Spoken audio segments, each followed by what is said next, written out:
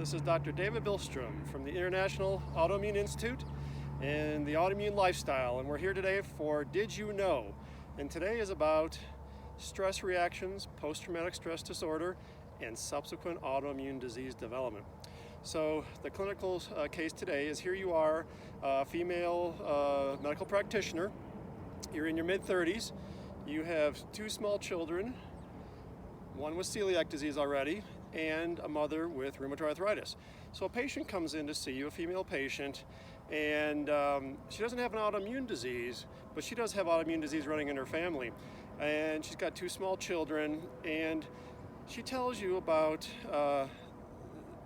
she has PTSD. And she's had some difficult times in her life.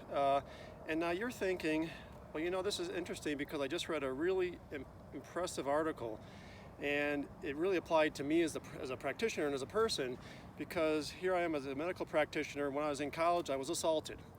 And what I've noticed over the years is every time I'm in a similar situation, my heart starts to race, I get kind of anxious, get a little sweaty. And you know, it's not huge, but it always happens. Well, then you read this article in the Journal of the American Medical Association, 2018, entitled Association of Stress-Related Disorders with Subsequent Autoimmune Disease. And they talked about people that have had PTSD, let's see how they put it, and acute stress reaction. You've been assaulted, a life-threatening situation, that's that, and then adjustment disorder, where things have happened, complications in your life, and subsequently you end up with like anxiety and depression and maybe panic attacks and insomnia and these kind of things. So you're reading this and you go, holy cow, I have PTSD. You know, this repeated similar situation, I get these symptoms, that's actually PTSD. And what they saw in this study is a Swedish study.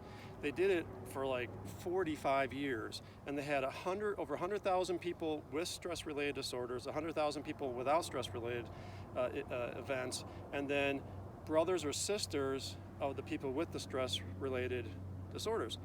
And they followed them for many, many decades, and they watched who got autoimmune disease.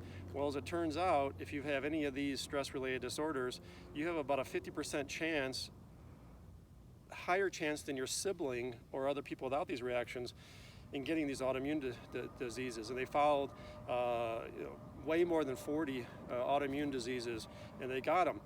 The earlier you had the stress reaction, the more likely you are to have the autoimmune disease. With PTSD, you have a 50% chance basically of compared to anybody else, but also you have almost a 3 times greater chance of getting multiple, 3 or more autoimmune diseases if you've had a post-traumatic stress disorder. So here's this patient, and she comes in and she says, I have a hard life. I think I got PTSD.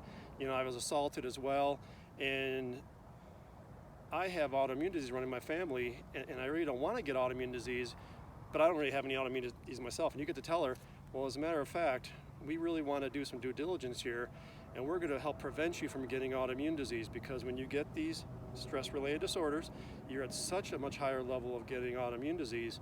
We know how to prevent that, and we know that these kind of things drive all kinds of disease, so we're going to really help you make sure that these traumatic events in your life and potentially the current PTSD that you have is not going to turn into an autoimmune disease, even though 50 million Americans have them.